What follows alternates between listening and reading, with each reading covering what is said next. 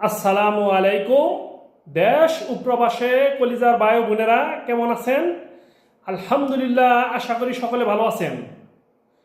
কলিজার ভাই ও বোনেরা, যারা পাসপোর্ট বানাবেন, ই পাসপোর্টের আবেদন করবেন, সাবধান হন। এখনই সাবধান হতে হবে।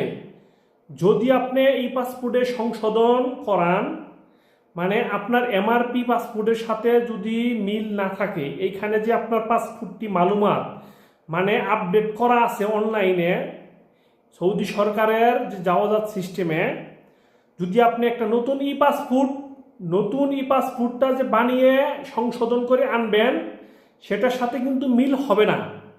অদূর ভবিষ্যতে যদি কোনো সমস্যা হয় সেটা কিন্তু বলা যায় না।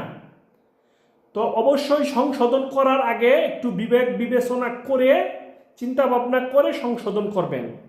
কেননা আপনারা বা আমরা যারা কনসুলেটে বা এম্বাসিতে গিয়ে ই পাসপোর্টের আবেদন করি, তারা কিন্তু আমাদের কাছ থেকে একটা স্বাক্ষর বা লিখিত একটা পেপার নেয়।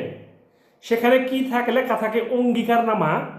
তার মানে তারা সেখানে স্বাক্ষর নিতেছে যে আমরা যে পাসপোর্টটি সংশোধন করলাম, এই পাসপোর্টটি সংশোধন করার কারণে অদূর ভবিষ্যতে যদি কোনো সমস্যায় ভিসা সংক্রান্ত বা এই দেশের সিস্টেমে কোনো সংক্রান্ত কোনো কারণে আমার বা আপনার কোনো সমস্যা হয়, তাহলে তার জন্য জেদ্দা কনসুলেট বা রিয়াদ এম্বাসি দায়ী নয়।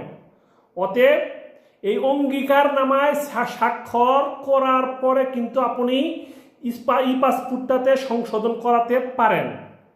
তো আমি আপনাদের কাছে এই বার্তাটা পৌঁছে দিলাম যে সংশোধন করার আগে অবশ্যই আপনারা কিছুটা হলে সাবধানতা অবলম্বন করবেন।